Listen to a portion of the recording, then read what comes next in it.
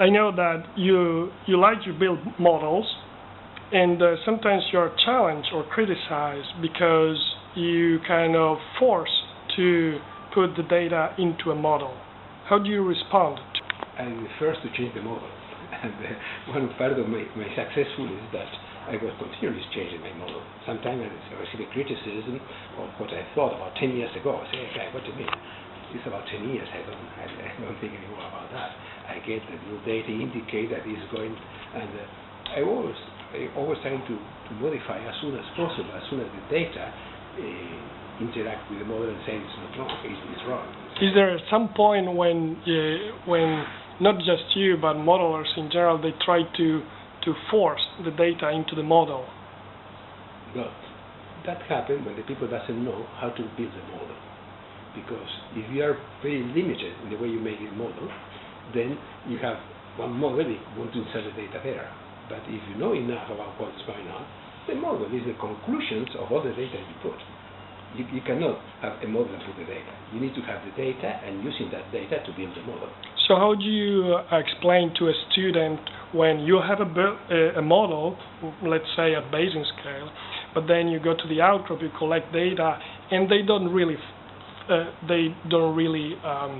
fit into the model? What would you say to the student? Well, the first thing you say, the model is wrong.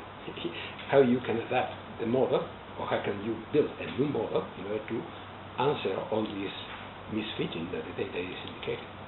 And would you explain also that at some point the model doesn't have to explain everything, and it could be that we have the flexibility to accept things that are against the model?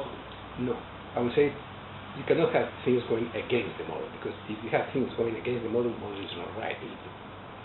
You need to keep in mind that the model is a work hypothesis, and a work hypothesis is valid when the data indicate is in agreement with the work hypothesis.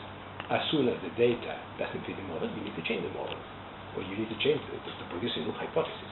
And you cannot take a hypothesis and keep it forever. And this is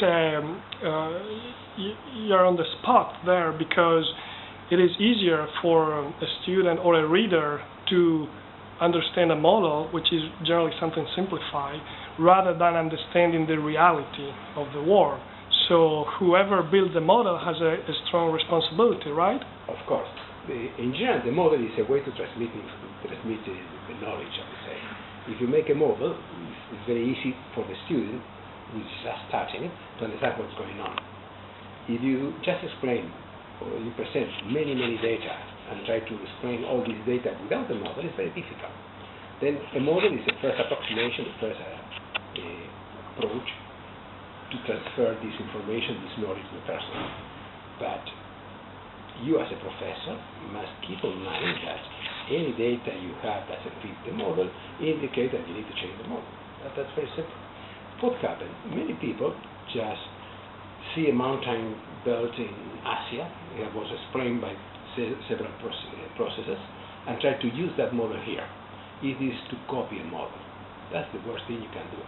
You need to develop your own model based on your own data, and you need to be capable enough to see or to understand how the different data fits in the model.